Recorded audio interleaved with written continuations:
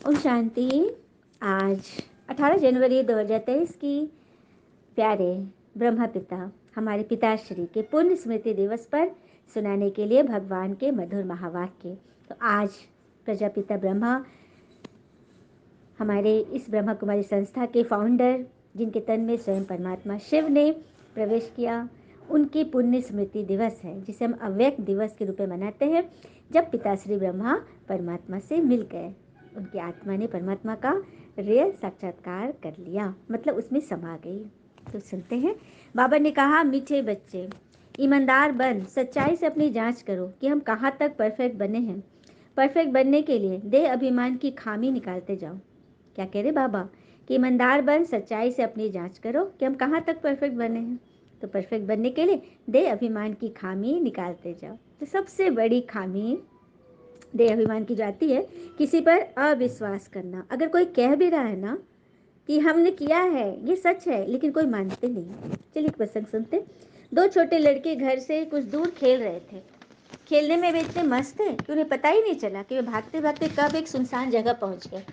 उस जगह पर एक पुराना कुआं था और उनमें से एक लड़का गलती से उस कुएं में गिर गया और बचाओ बचाओ चीखने लगा। दूसरा लड़का एकदम से डर गया और मदद के लिए चिल्लाने लगा, पर उस सुनसान जगह कहाँ कोई मदद को आने वाला था। कोई नहीं दिखा।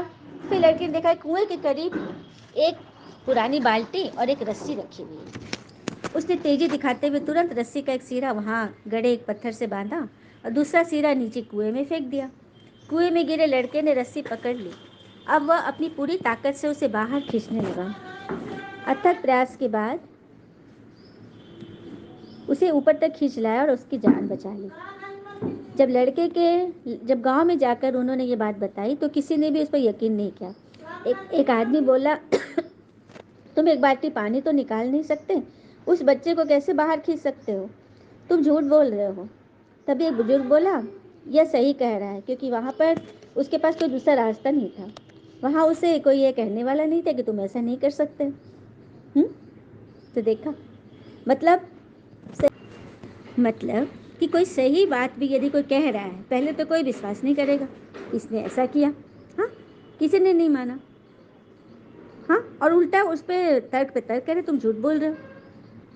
और दूसरा, और उसने इस बात को कर लिया, पूरा करके दिखाया, छोटा सा बच्चा, क्योंकि उसे कोई कहने वाला नहीं था कि तुम ऐसा नहीं कर सकते। तुम्हारे मोरल का डाउन करने वाला उसके कोई था नहीं। तो इसी तरह जिंदगी में यदि सफलता चाहते हैं तो उन लोगों की बात सुनना छोड़ दो जो तुमसे ये कहते हैं कि तुम इसे नहीं कर सकते। और यहाँ हमें किनकी बात सुननी है? जो स्वयं भगवान हमसे कह रहा है कि हम सब कुछ कर सकते, हमने बार बार किया है, तो फिर हमें तो करना है ना। हाँ, तो सबसे पहले तो हमें मुरली सुननी है। बाबा ने बोला ना, ईमानदार बनकर अपनी जांच करो कि हम कहाँ तक परफेक्ट बने हैं, तो उस खामी को निकालते जाओ जो हमें कमी दिखाई दे रही है। प्रश्न, भविष्य के लिए बच्चों ने बाबा से कौन सा सौदा किया है? उस सौदे से संगम पर कौन सा फायदा है?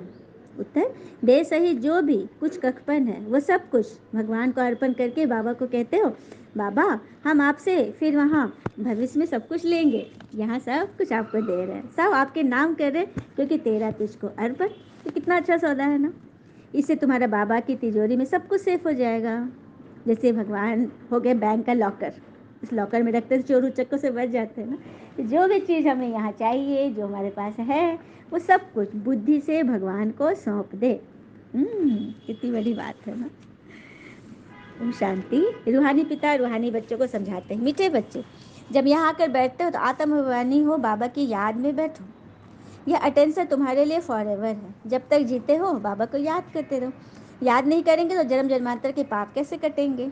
तो एक आंख में शांति धाम, दूसरी आंख में रखो सुख धाम। उठते बैठते चलते फिरते अपने को लाइट हाउस समझो, जैसे कि हमारे ब्रह्मा पिता, पता है उनका एक अनुभव बता रही हूँ। जब अंतिम उनका शरीर छूटने के कुछ वर्ष पहले जब संदेशी वतन में जाती थी, वहाँ पे ब्रह्मा बाबा के फरिश्ता स्वरूप को देखती थी, तो दादा नीचे पूछते थे कि उनका कितना लाइट है, मेरा वैसा लाइट दिखता है? बोलती थी नहीं, कमी है, आपके लाइट में कमी है। लेकिन जब लास्ट हो गया ना, तो संदेशी आकर बताई कि फरिश्ते वाले लाइट से आपकी लाइट एकदम मैच कर रही है। तो देखा, ब्रह्मा पिता ने पुरुषार्थ करके अपनी सेवा करके जिस तरह से औरों के भाग्य को जगाया, परमात्मा से मिलाया, तो उनके शरीर से भी वैसे ही लाइट माइट चमक रही थी। तो लाइट हाउस माइट हाउस बन गया ना। तो अपने को लाइट हाउस समझने से अपना ही कल्याण करते हो। तो सबसे पहले लाइट हम जलाएंगे अपने अंदर, तो कौन रोशन होगा? सबसे पहले हमारी आत्मा रोशन होगी। और जो खुद को रोशन करेगा वो सबका कल्याण तो करेगा ही। हाँ, दूसरों का भी कल्याण करते हैं। इसके लिए बाबा भिन्न भिन्न युक्तियाँ बतलाते हैं। लाइट हाउस भी इशारा देते हैं ना, रास्ता दिखाते हैं ना। या फिर वो रोड पे हम जाते हैं, एरो वाला जो बोर्ड होता है, हमें रास्ता दिखा रहा है ना, हाँ, गो दिस वे, यहाँ पे ये है, वहाँ पे वो है, एरो एरो या सिंबल होता है ना कुछ। तो उसी तरह से हर एक बच्चा ऐसे ही एरो वाला बन जाए। इधर जाइए, इधर परमात्मा का घर है, इधर परमात्मा तक मिलने का रास्ता है, स्वर्ग जाने का रास्ता, गो दिस वे। तो ऐसा रास्ता बताने वाला बन जाना है। योग की ताकत से तुम किसको भी थोड़ा भी समझाएंगे ना तो उनको झट तीर लग जाएगा। जिसको तीर लगता है तो एकदम घायल हो जाते हैं। पहले घायल होते हैं, फिर बाबा के बनते हैं। बाबा को प्यार से तुम बड़े बच्चे याद करते हो तो बाबा को भी कशिश होती है। देखो, कोई किसी को स्नेह प्रेम से याद कर रहा है ना, तो उधर दूर बैठा आत्मा को भी कशिश होती है, क्योंकि वो याद, सच्ची याद उस तक पहुंचती है। तो जब हम भगवान को याद करें तो क्या हमारी याद भगवान तक नहीं पहुंचेगी? लेकिन कई तो है बिल्कुल ही याद नहीं करते। बाबा को प्यार से तुम बच्चे याद करते हो तो बाबा को भी कशिश होती है। हाँ, तो बाबा कह रहे हैं ना, बाबा कहते हैं अपनी उन्नति को पाते रहो, पुरुषार्थ में आगे नंबर ले लो। पतित पावन सदगति दाता बाबा तो एक ही हैं, उस एक ही पिता को याद करना है। सिर्फ बाबा को नहीं, साथ साथ स्वीट होम को भी याद करना है, मतलब घर को भी याद करना है। सिर्फ स्वीट होम भी नहीं, मिल्कियत भी चाहिए। अब क्या बोल रहे, सिर्फ स्वीट होम नहीं, मिल्कियत को भी याद करो, वर्षा को भी याद करो, स्वर्ग धाम को भी याद करो, तभी तो हम बनेंगे ना। ऐसा कहते हैं ना, जो चीज़ विजुलाइज करते रहेंगे वो हमें मिल जाती है। बड़ी बात है ना। तो भगवान ने आकर ये विधि बताई कि हमें अपने मन को उस बात में टिका के रखना है जो हम चाहते हैं। फिर आगे बाबा ने बोला,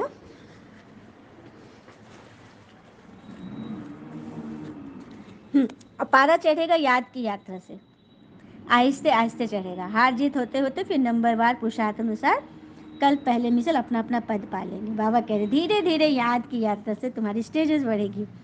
और बाबा कहते हैं अगर बच्चे श्रीमत पर नहीं चलते तो बाबा भी क्या करेंगे? बाबा को तरस तो बहुत पड़ता है, माया हरा देती है। फिर बाबा खड़ा करते हैं, सबसे मीठे से मीठा एक बाप है, कितना मीठा कितना प्यारा शिव भोला भगवान। कितना मीठा गीत है ना। कितना मीठा कितना प्यारा शिव भोला भगवान, कितना मीठा कितना प्यारा शिव भोला भगवान। शिव भोला एक ही है, वह एक ही है जिनका यह नाम है। बाबा कह रहे मीठे बच्चे, अभी तुम बहुत बहुत वैल्यूबल हीरा बनते हो। वैल्यूबल हीरे जवाहर तो होते हैं, उनको सेफ्टी के लिए हमेशा बैंक में रखते हैं ना। तो ऐसे ही है, शिव बाबा की बैंक में सेफ्टी से बैठे हो, कितने वैल्यूबल हो। देखो आगे बाबा ने बैंक का नाम ले लिया ना। अच्छा, शिव बाबा के बने हो तो सेफ हो गए। किससे सेफ? माया से सेफ। काल पर भी विजय पहनते हो। बाकी उच्च पद पाने के लिए पुरुषार्थ करना है। दुनिया में मनुष्यों के पास कितना भी धन दौलत है, तो वह सब खत्म हो जाता है, कुछ भी नहीं रहेगा। तुम बच्चों के पास तो अभी कुछ भी नहीं है, यह देह भी नहीं है। बाबा कहते हैं कुछ भी नहीं है तुम्हारे पास, सब कुछ मुझे दे दो। बाबा ने बोला ना, भविष्य दुनिया में तुम्हें एकदम गोल्डन शरीर दूंगा, स्वर्णिम सोने का शरीर, कंचन काया मिलेगी। ये जो कुछ भी कफन है वो सब कुछ मुझे दे दो। सभी बच्चे तैयार हैं ना देने के लिए? सभी कुछ बाबा की तिजोरी में सेफ रखोगे ना? बाबा पूछ रहे हैं तुम बच्चों के अंदर में कितनी खुशी होनी चाहिए। बाकी थोड़ा समय है कि हम अपनी राजधानी में होंगे। तुमसे कोई पूछे तो बोलो वाह, हम तो बेहद के बाबा से बेहद सुख का वर्षा ले रहे हैं, एवर हेल्दी वेल्दी बनते हैं, हमारी सभी मनोकामनाएं पूर्ण हो रही है। ये बाबा कितना लवली प्योर है, वो आत्माओं को भी आप समान प्योर बनाते हैं। क्या बात है। तो बाबा कह रहे मीठे बच्चों को अपने साथ प्रतिज्ञा करनी चाहिए कि हमारे से कोई ऐसे विकर्म न हो जिससे दिल अंदर खाती रहे। इसीलिए जितना हो सके अपने को सुधारना है, उच्च मर्तबा पाने का पुरुषार्थ करना है। नंबरवार तो है ही, जवाहरात में भी नंबरवार होते हैं ना। हीरो में तो नंबरवार होती है ना। कौन सच्चा हीरा, कौन थोड़े से परसेंटेज में आगे पीछे होता है ना। और अच्छे अच्छे प्योर रत्नों को सोने की डिब्बी में भी रखते हैं। तो बाबा के मन के सोने की डिब्बी में कौन बच्चे रहेंगे? तो अपने आप को देखना है, मेरे में कौन सा डिफेक्ट है, उस डिफेक्ट को हटाते जाए और भगवान के सोने के डिब्बी में रहे। बाबा कहते हैं देही अभिमानी बच्चे ही सच्चा डायमंड बनते हैं, इसलिए जितना हो सके देही अभिमानी बनने का अभ्यास करो। देही अभिमानी अर्थात अपने को आत्मा समझ कर बैठो। बाबा अक्षर सबसे मीठा है। बाबा बड़े प्यार से बच्चों को पलकों पर बिठाए साथ ले जाएंगे। ऐसे बाबा की याद के नशे में चकनाचूर होना चाहिए। बाबा को याद करते करते खुशी में भी ठंडे ठार हो जाना चाहिए और इतना खुश होना चाहिए।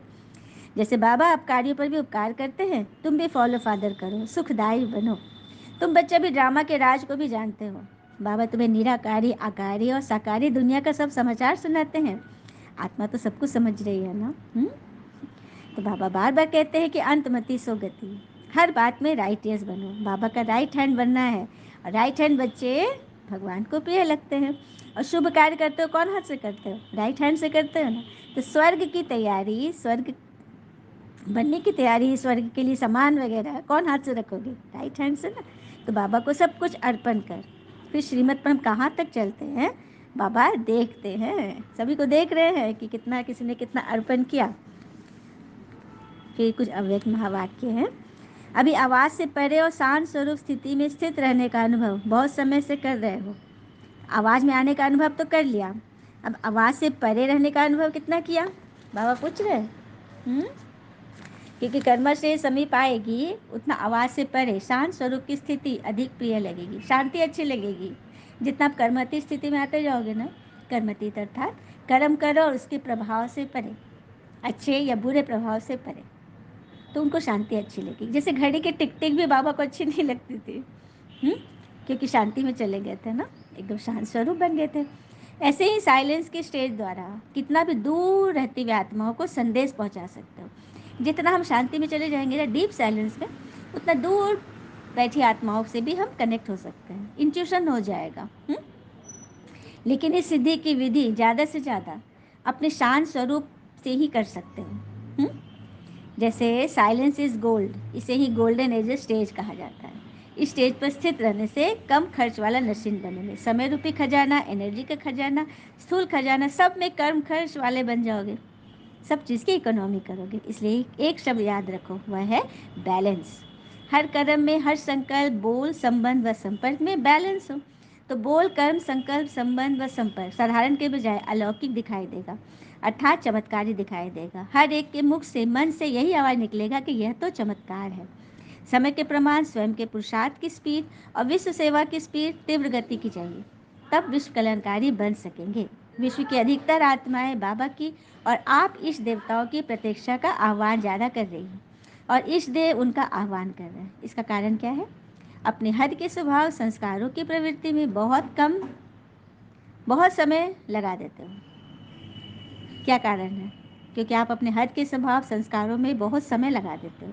जैसे अज्ञानी आत्माओं को ज्ञान सुनने की फुर्सत नहीं, वैसे बहुत से ब्राह्मणों को भी इस पावरफुल स्टेज पर स्थित होने की फुर्सत नहीं मिलती। इसलिए भी ज्वाला रूप बनने की आवश्यकता है। देखो बाबा सबके रिजल्ट बता रहे हैं, आत्माएं आह्वान कर रही है। जैसे बहुत से ब्राह्मणों को अभी इस पावरफुल स्टेज की फुर्सत नहीं मिलती है, तो बाबा बार बार इस बात को दोहरा रहे हैं कि ज्वाला स्वरूप बनने की आवश्यकता है। बाप दादा हर एक की प्रवृत्ति को देख मुस्कुराते रहते हैं, कैसे टू मच बिजी हो गए हो। बहुत बिजी रहते हो ना, वास्तविक स्टेज में सदा फ्री रहेंगे, सिद्धि भी होगी और फ्री भी रहेंगे। अभी लौकिक कार्य व्यवहार में हम कितना बिजी हो जाते हैं, लेकिन जब अलौकिक होंगे ना, तो हमेशा फ्री रहेंगे, सिद्धि भी मिलेगी और हल्के भी रहेंगे। जब साइंस के साधन धरती पर बैठे स्पेस में गए हुए यंत्र को कंट्रोल कर सकते हैं, जैसे चाहे वहाँ मोड़ सकते हैं, तो साइलेंस की शक्ति स्वरूप इस साकार सृष्टि में श्रेष्ठ संकल्प के आधार से जो सेवा है, जो सेवा चाहे, जिस आत्मा की सेवा करना चाहे, वो नहीं कर सकते। क्या बात है! जब साइंस के साधन धरती पे यहाँ बैठे ऊपर के स्पेस को कंट्रोल करते हैं, तो आप साइलेंस की शक्ति वाले अपने श्रेष्ठ संकल्प से जैसी सेवा चाहे, जिस आत्मा की चाहे, नहीं कर सकते हो? कर सकते हो। इसलिए अपनी वाणी से उपराम रहो, प्रवृत्ति से परे रहो। बाबा ने विधि बता दी। जो सभी खजाने सुने वो स्वयं के प्रति नहीं, विश्व कल्याण के प्रति यूज करो। समझा? सभी बच्चों ने कहा समझे बाबा। अब क्या करना है? आवाज द्वारा सर्विस, स्थूल साधनों द्वारा सर्विस और आवाज से परे सूक्ष्म साधन संकल्प की श्रेष्ठता, संकल्प शक्ति द्वारा सर्विस का बैलेंस प्रत्यक्ष रूप में दिखाओ, तब विनाश का नगाड़ा बजेगा। कैसे बनेगा नगाड़ा विनाश का? जब हम आवाज द्वारा सर्विस करते हैं, स्थूल साधनों द्वारा सर्विस करते हैं, तो आवाज से परे जाकर सूक्ष्म साधन श्रेष्ठता की संकल्प शक्ति द्वारा, मतलब प्रकृति में संकल्प भेजो, उसके प्लान बनाओ। तो प्लान्स तो बहुत बना रहे हो, बाप दादा भी प्लान बता रहे हैं। बैलेंस ठीक न होने के कारण मेहनत ज़्यादा करनी पड़ती है। विशेष कार्य के बाद विशेष रेस्ट भी ले लेते हो। फाइनल प्लान में अथकपन का अनुभव करो। अच्छा, ऐसे सब शक्तियों को विश्व कल्याण के प्रति कार्य में लगाने वाले, संकल्प के सिद्धि स्वरूप, स्वयं की प्रवृत्ति से स्वतंत्र, सदा शांत और शक्ति स्वरूप स्थिति में स्थित रहने वाले सर्वश्रेष्ठ आत्माओं को बाप दादा का याद, प्यार और नमस्ते। हम बच्चों की भी प्यारे बाबा को नमस्ते। वरदान, साइलेंस की शक्ति द्वारा नई सृष्टि की स्थापना के निमित्त बनने वाले मास्टर शांति देवा भव। साइलेंस की शक्ति द्वारा नई सृष्टि की स्थापना के निमित्त बनने वाले मास्टर शांति देवा बनो। तो साइलेंस की शक्ति जमा करने के लिए इस शरीर से परे अशरीरी हो जाओ। ये साइलेंस की शक्ति बहुत महान शक्ति है। इससे नई सृष्टि की स्थापना होती है। तो जो आवाज़ से परे साइलेंस रूप में स्थित होंगे वही स्थापना का कार्य कर सकेंगे। इसीलिए शांति देवा अर्थात शांत स्वरूप बन अशांत आत्माओं को शांति की किरणें दो, विशेष शांति की शक्ति को बढ़ाओ। यही सबसे बड़े से बड़ा महादान है। यही सबसे प्रिय और शक्तिशाली वस्तु है। कौन सी वस्तु शक्तिशाली है? जब हम शांति की अवस्था में पूरे विश्व को, अशांत आत्माओं को शांति की किरणें देंगे, सबको शांति का संदेश पहुंचाएंगे, शांति के सागर से हिला देंगे। कितनी बड़ी सेवा है। तो बनना है ना मास्टर शांति देवा। स्लोगन, हर आत्मा व प्रकृति के प्रति शुभ भावना रखना ही विश्व कल्याणकारी बनना है। हर आत्मा व प्रकृति के प्रति प्रकृति के प्रति कैसे देखेंगे?